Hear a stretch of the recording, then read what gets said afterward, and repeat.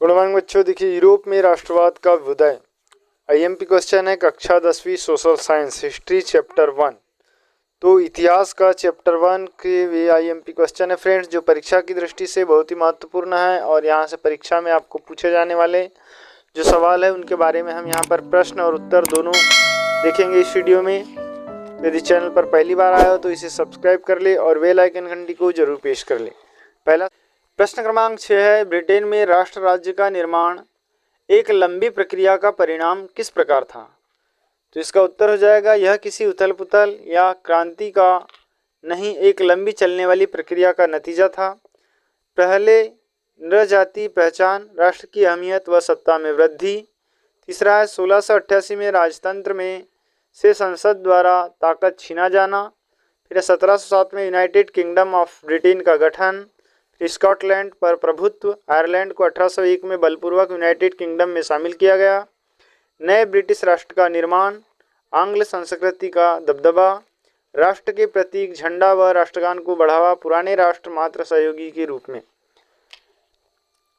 Question number 7 है, Europe में राष्ट्रवाद के उत्थान के लिए कौन से कारण उत्तरदायी थे? तो इसके कारण थे फ्रेंड्स, राष्ट्र राज्यों का उदय होना, लोकतांत्रिक सिद्धांत को बढ़ावा देना, सामाजिक राजनैतिक आर्थिक समानता पर बल, अन्य राष्ट्रों में मानवीय अधिकारों की मांग और निरंकुश राजतंत्रों में क्रांतिकारी प्रतिक्रियाएं, ये उत्तरदायी थे। प्रश्न क्रमांक 8 है, फ्रांसीसी क्रांति का न केवल फ्रांस पर अपितु पूरे विश्व पर गहरा प्रभाव पड़ा, समीक्षा कीजिए। तो फ्रांस पर प्रभाव, क्या क्या प्रभाव पड़ा है देख लेते हैं। तो इस पर जो प्रभाव पड़ा था वो था, लोकतांत्रिक शासन की स्थापना हुई, लोक कल्याणकारी कार्य हुए, समानता, स्वतंत्रता, भ्रातृत्व से भरे नए समाज की नींव हुई। फिर नवीन कानून संहिता लागू हुई, नेशनल असेंबली का गठन हुआ, आर्थिक एकीकरण हुआ, कानून के समक्ष बराबरी, संपत्ति का अधिकार सुरक्षित, मध्यम वर्ग का उदय, उदारवादी विचारधारा का प्रारंभ, यूनान का स्वतंत्रता संग्राम, संस्कृति व भाषा की भूमिका, जन विद्रोह। फ्रेंड्स, इस प्रकार से यदि आप लिखते हैं परीक्षा में तो आपके नंबर भी नहीं कटेंगे, पूरे में पूरे नंबर प्राप्त होंगे और आप ज़्यादा से ज़्यादा अंक अर्जित कर सकते हैं। फिर है प्रश्न क्रमांक 9, 1804 की नागरिक संहिता के प्रावधानों का उल्लेख कीजिए। जन्म पर आधारित सुविधाओं की समाप्ति, इसका उत्तर जाएगा जो नागरिक संहिता थी 1804 की नागरिक संहिता के प्रावधान थे, जन्म पर आधारित सुविधाओं की समाप्ति, संपत्ति के अधिकार की बहाली, जमींदारी व सामंती व्यवस्था की समाप्ति, यातायात तथा संचार व्यवस्था में सुधार, मानक नापतौल के पैमाने चलाए गए, एक राष्ट्र मुद्रा चलाई गई। ये थे 1804 की नागरिक संहिता के प्रावधान। फिर है क्वेश्चन नंबर 10, यूरोप के कुलीन वर्ग की विशेषताएं। तो कुलीन वर्ग की विशेषता थी जीवन जीने की समान शैली, भूस्वामित्व, कूटनीतिक भाषा, आपस में वैवाहिक संबंध, उच्च वर्गों के बीच फ्रेंच भाषा का प्रयोग।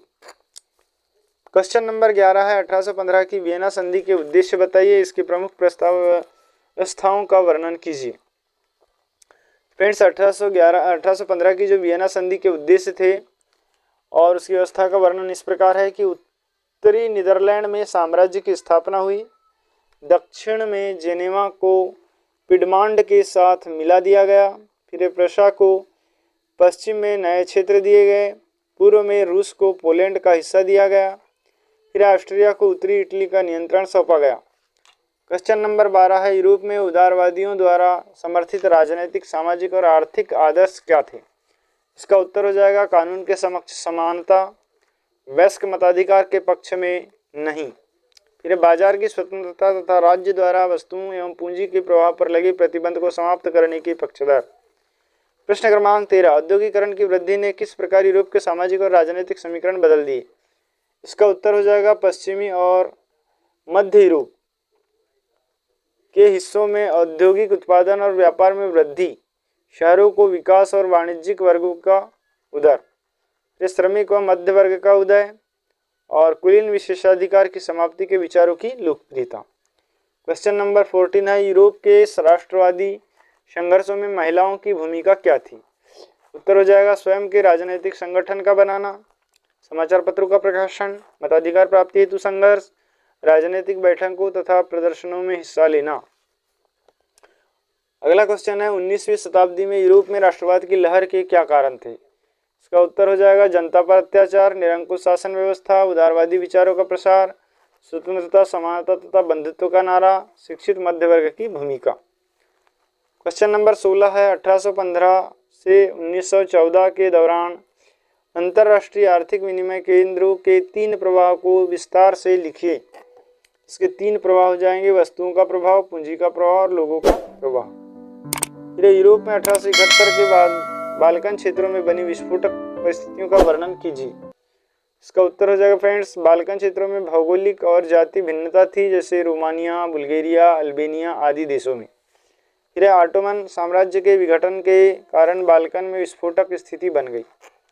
तीसरा, बाल्कन क्षेत्र में विद्रोही राष्ट्रीय समूह ने अपने संघर्षों को लंबे समय में खोई आज़ादी को वापस लेने के अवसर के रूप में देखा।